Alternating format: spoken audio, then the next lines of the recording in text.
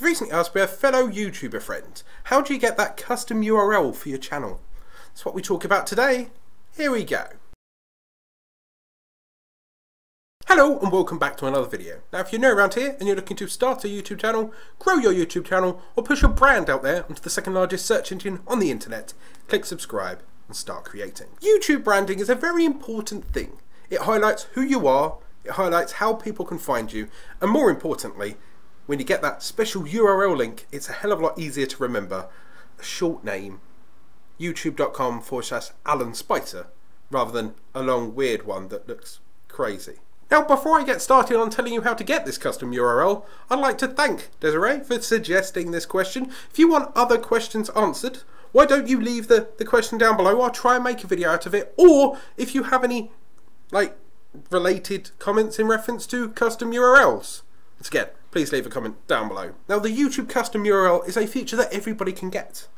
It's not some hidden thing. You don't have to be partnered, right? You don't have to have 1 million subscribers, right? But what you do have to have is a base. First of all, make sure that your channel is verified. So set it all up and then either confirm it via email or by a text message.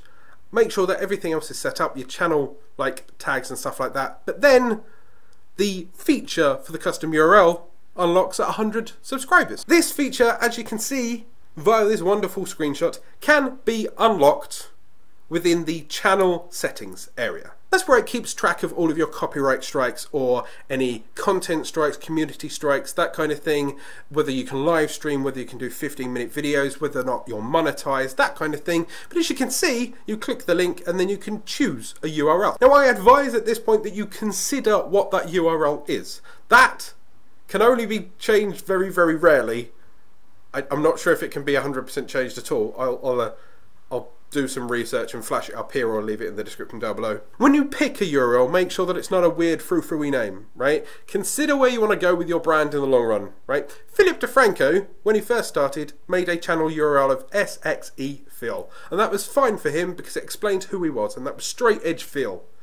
Now he happens to create news stories. He does topical news videos. He reports on politics and hurricanes and YouTube drama and everything. He's basically a news channel network by himself. And as you can imagine, SXE Phil doesn't necessarily now fit his brand. So think into the future, because he's now changed his channel name to Philip DeFranco, or The Philip DeFranco Show, but his URL is still SXE Phil. I personally have branded this channel Alan Spicer, right? Although the channel name is Alan Spicer YouTube Tricks and Tips, my URL is youtube.com/Alan Spicer, and that's me.